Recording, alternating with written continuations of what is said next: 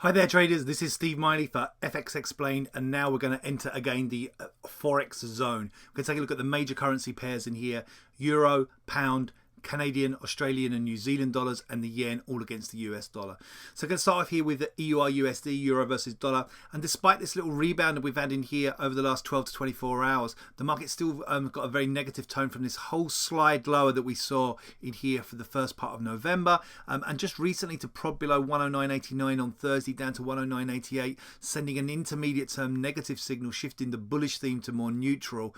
And whilst below 110.43, we're looking for downside pressures to resume. The market currently being capped at 110.30, looking back down at 109.88 and maybe deeper targets, maybe even closer to 109.39, but certainly down through 109.88 going into the day towards the 109 kind of 50 kind of area. So negative tone certainly still there.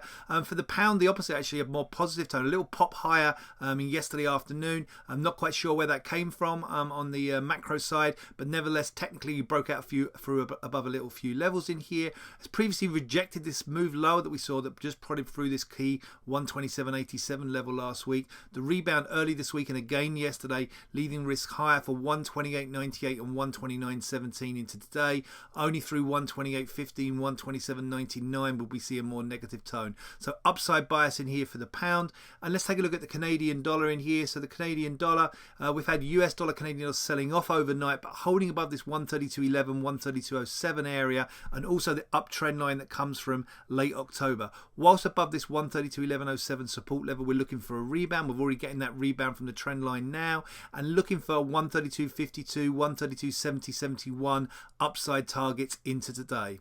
Let's switch to the Antipodeans. We're going to look at the Australian dollar, New Zealand dollar. A significant sell-off over the last 24-48 hours, breaking down through this 68.08.06 key support level, shifting the intermediate term outlook from bullish to neutral, and we now see a broader range now between 67.20 and 68.65. However, the negative pressure certainly within that range, despite a little pop higher with a risk on mode overnight. Whilst contained below 68.07, we're looking for a push down to 67.66, maybe 67.49 today. For the New Zealand dollar, a surge higher early this week when the RBNZ, the Reserve Bank of New Zealand, didn't cut rates up to 64.20, but subsequent sell-off in here, shifting the tone to slightly more negative in here, and we're looking for potential downside pressures despite an overnight rebound again, whilst capped here below 63.99, 64.03, looking for negative pressures to retest 63.57, maybe lower towards the impulse point here at 63.27. And finally, we're going to finish off with US dollar, Japanese yen in here. Dollar yen been sliding lower in here over the past week, took out this 108.62 level, and also this longer term trend line that comes all the way from late August, so took out those important supports.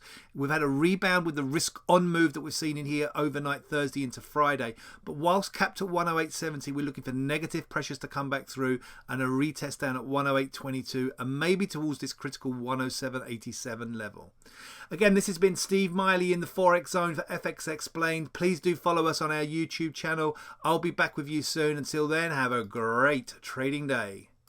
So traders, don't forget to catch us again on the Forex Zone, and also check out all the great content on fxexplained.co.uk.